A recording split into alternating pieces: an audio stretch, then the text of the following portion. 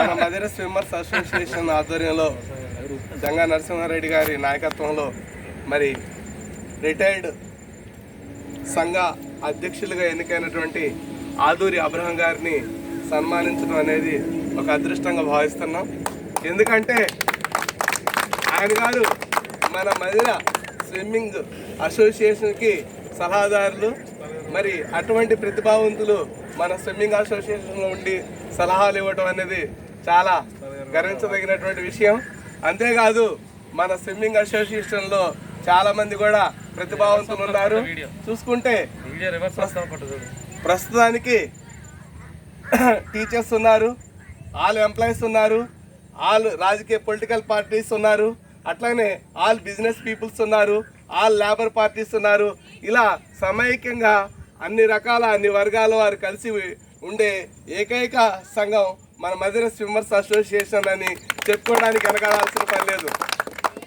మరి అటువంటి సంఘంలో ఉన్నటువంటి మన సభ్యుడైనటువంటి ఆదూరి అబ్రహం గారిని మరి రిటైర్డ్ సంఘ అధ్యక్షులుగా మరి ఎన్నుకోవడం అనేది హర్షించదగినటువంటి విషయం.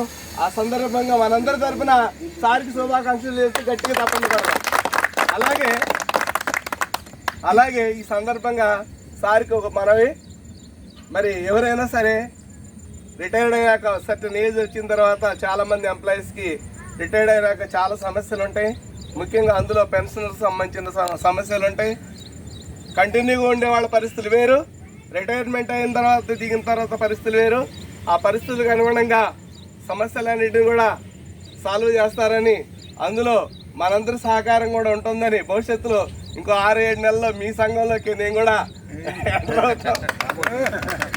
మీకు పూర్తి సహకారాన్ని అందిస్తానని చెప్పేసి తెలుపుకుంటూ, మరి ఇటువంటి సందర్భంగా సన్మానం చేయించడం అనేది రెడ్డి గారికే చెల్లుద్ది. ఎందుకంటే ప్రతిభావంతుల్ని గుర్తించడం అందరికీ చేత కాదు. మరి అటువంటి మనలో ఉన్న ప్రతిభావంతులందరికీ 1 by 1 ఏదో ఒక సందర్భంలో మన వాళ్ళని గుర్తించి సన్మానం చేయటం అనేది జరుగుద్ది. సరే, ఎవరన్నా సన్మానం జరగరాని వాళ్ళు ఉంటే ఏదో ఒక సందర్భంలో వారికి కూడా సన్మానం ఖచ్చితంగా చేయటం అనేది జరుగుద్ది.